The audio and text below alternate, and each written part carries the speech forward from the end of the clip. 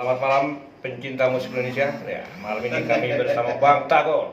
Jangan salah menilai. Kita mau bincang-bincang gimana sih sejarahnya Jangan Salah Menilai ini bisa meledak, Bang Tagor. Iya. Kira-kira lagu itu sejarahnya gimana tuh Bang bisa meledak tuh?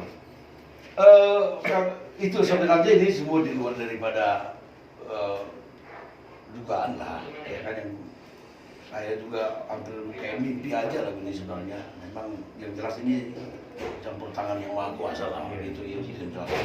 Dan juga merupakan sebuah kado buat saya selama sekian tahun berkarya. Akhirnya ya membuahkan juga gitu. 35 tahun saya malang melintang di industri musik ini. Ya mungkin inilah upah saya lah ya. Di samping lagunya juga bercerita tentang kehidupan manusia yang fakta daripada kehidupan manusia ya. Ya banyak yang salah menilai sebenarnya. Ya kan? Banyak yang salah menilai karena gini, dia belum tentu wajah yang bengis, belum tentu dia itu seperti wajahnya. Jadi jangan terlalu cepat kita untuk menilai sesuatu sebelum kita menelusuri jauh ke lubuk hatinya. Itu diciptakan tahun berapa tuh Bang? Tahun 2009. Di mana tuh Bang? Dan 2009 lagu itu saya rekam, lagu itu sudah memang fenomenal sekali memang. Setelah saya kasih sama banyak penyanyi lagu ini duluan, orang yang menyanyikan sebenarnya lagu ini. Sudah ada 2 tahun duluan Trio Alexis bawa lagu ini. Saya belakangan sebenarnya, cuma memang sudah jodoh saya barangkali lagu ini. Dan juga saya pula yang membuat dan menulis lagu ini ya. Akhirnya di dalam mencari jati diri itu saya rekam lagi lagu ini solo. Saya rekam di Padang Sedempuan, kota kelahiran saya waktu itu. Saat itu saya dalam keadaan terpuruk lah. Akhirnya daripada ini saya isi kegiatan dengan merekam lagu ini.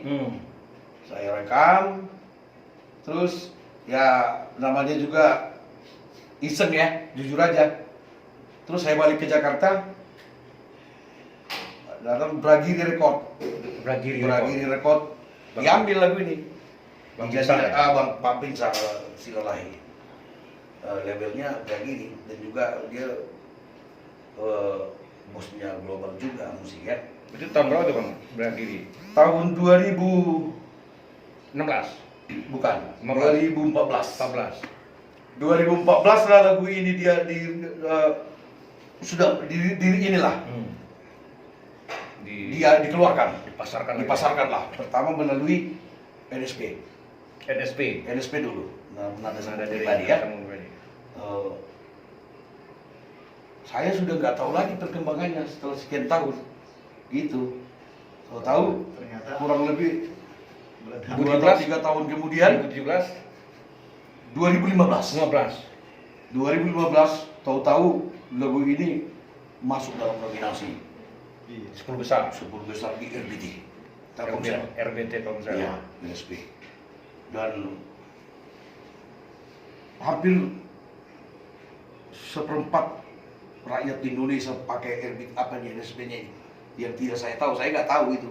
Untung produsernya jujur. Itulah kalau jujur pasti membuahkan hasil. Makanya kita harus jujur. Jadi orang baik ketemu Ya, orang baik. Nah, kalau jujur itu pasti akan menghasilkan sesuatu. Ini saya tekankan. Nah, visi dan misi lagu Jangan Salah Menilai ini juga bisa menjadi sebuah acuan dalam memahami antar sesama manusia. Jadi banyak sekali lagu ini yang memang bercerita tentang hal-hal yang positif, menasihati orang bahwa jangan sekali-sekali kita menilai orang itu sedini mungkin sebelum kita tahu, atau jangan menilai orang dari satu sisi, karena manusia banyak sisi yang lain. Nah, dengan berangkat dari pengalaman saya ini sebenarnya terjadi pada diri saya ini. Banyak orang salah menilai saya. Mungkin karena suara saya keras. Ini orang begitu ketemu saya penilaiannya langsung, wah jahat ini, gua kali ya. Mereka nggak tahu bahwa hati gua lembut. Nah ini salah satu Seniman. Iya, jadi wah kok banyak sekali orang sama penilai gua. Udah gila. Mereka nggak tahu hati gua yang sedalam-dalamnya, aduh parah ini.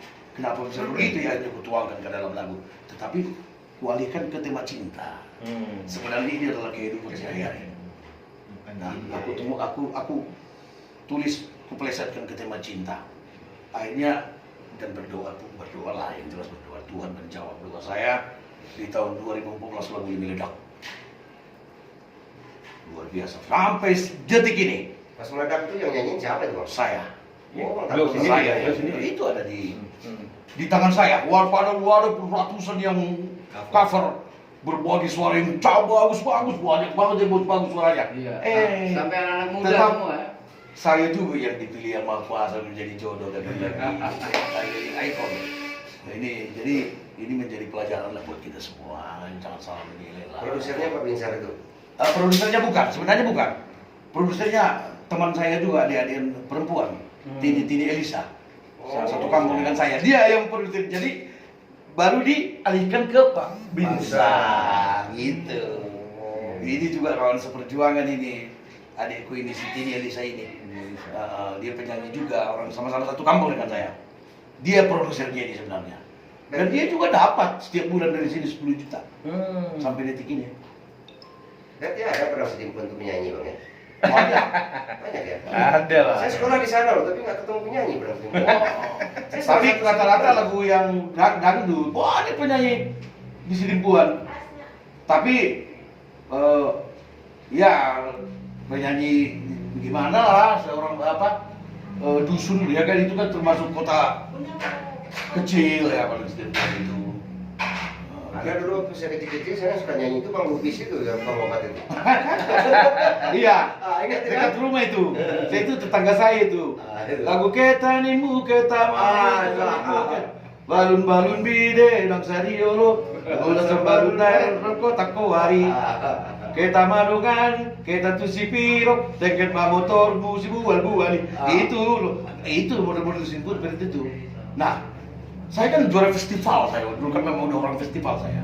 Oh. Nah, memang dan cita-cita saya juga ke Jakarta memang menjadi seorang penyanyi. Jujur. Ya, ini kan selama Dan ini- saya tidak pernah berpaling dari situ. Tahun berapa pertama ke Jakarta? 82. 82. Saya ke Jakarta, 84 saya rekaman. Saya masih sekolah kelas 3 SMA. Membentuk trio saya, trio Batak. Perjalanan saya. Trio apa itu? Lasima. Wasima. Trio Lasima. Jadi saya beranjak dari trio Batak. Sampai Lasima sekarang. nanti setelah Lasidos. Dulu Lasidos ya. Oh, dulu Lasidos kan? Terakhir saya Lasidos. Dia Lasidos terakhir saya. Lalu lupa Dogo itu kan? Ya, banyak lah. Lagu albumnya udah memang trio papan atas. Saya lihat, wah trio Batak ini udah gak bisa makan ini dari sini dalam hati saya. Padahal sudah trio yang beken saya. Iya. Boro-boro. Naik angkut terus. Padahal udah nyanyi. Ya mungkin itulah. Nah, ini saya pesankan buat orang-orang yang meniti karir. Kalau meniti karir itu sungguh-sungguh lah. Jangan berdua hati. Karena cepat atau lambat akan membuahkan hasil. Setiap kerja keras, hasilnya akan indah. Sungguh-sungguh kerja keras. Hasilnya akan indah. Apapun pekerjaan kita, itu yang saya temukan. Tapi seni ini harus orang berbakat, Bang ya. Iya, satu ya. Itu dulu memang. Dan nasib kan bisa kita rubah sebenarnya. Orang kan rata-rata rakyat Indonesia ini kan sangat menyerah kepada nasib sebenarnya. Oh, nasib bisa dirubah. Jadi kalau saya dari Pasar Induk mau jadi seniman mungkin ya. Memang sudah ada suratan ini, kalau seniman itu setiap manusia pasti punya seni. Oh, gitu. Ah, Tapi mungkin aja berarti ya. ya bisa saja kalau kita tekuni dengan apa. Tapi yang menonjol di diri kita nggak bisa semua, harus ada satu. Sama dengan dokter. Dokter umum dengan dokter spesialis lebih mahal mana? Dokter spesialis. Sekali periksa 10 juta. itu spesialis. Kalau dokter umum sekali periksa 20.000. Nah, jadi saya tetap dalam bidang musik ini sampai saya menjadi seorang spesialis dalam bidang musik. Peka. Ini karya yang ke depan apa nih Bang? Sebenarnya banyak karya, cuma ya itu kita nggak bisa. Atau ada proyek baru yang akan Tetap saya selalu melakukan proyek, apapun itu. Saya tidak pernah berhenti untuk berkarya. Nah, sampai membuahkan hasil dan terbukti. Pesan terakhir buat pemula seniman-seniman di Indonesia, apa kunci-kunci keberhasilan buat merintis karir terakhir? Ya, untuk seniman-seniman muda, yang paling penting janganlah sombong. Itu yang pertama, itu yang paling utama. Sombong. Kemudian jangan pernah menyerah ketika kegagalan itu datang. Jangan menyerah. Karena kita tidak akan tahu bahwa air itu manis kalau kita tidak meminumnya. Kita tidak akan tahu bahwa air itu pahit kalau kita tidak meminumnya. Jadi rasakan dulu. Jangan asal ngomong. Betul enggak? Betul. Nah, jangan takut gagal lah. Nah, yang paling penting ketika kegagalan itu menghampiri kita harus mampu bangkit berdiri. Gitu. Dan ini semua pengalaman saya kok. Dan saya berdoa meminta kepada Yang Maha Kuasa, aku ingin ini dikasih, walaupun lama baru dijawab. Wah, ini semua luar biasa ini. Dan dari lagu inilah saya bisa menikmati, merasakan bagaimana Jadi orang kaya. bukan kalau orang kaya udah dari dulu. Dari kampung udah kaya. Bukan di sini bukan kaya atau miskin. Sebuah perjuangan. Hasil dari sebuah perjuangan itu sumber iman gitu. Jangan mau didikte orang kaya raya, jangan.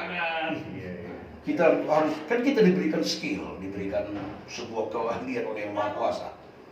Kita harus menggunakan keahlian itu untuk bertahan hidup di dunia. Tuhan sudah memberikan kita senjata satu persatu manusia tanpa terkecuali.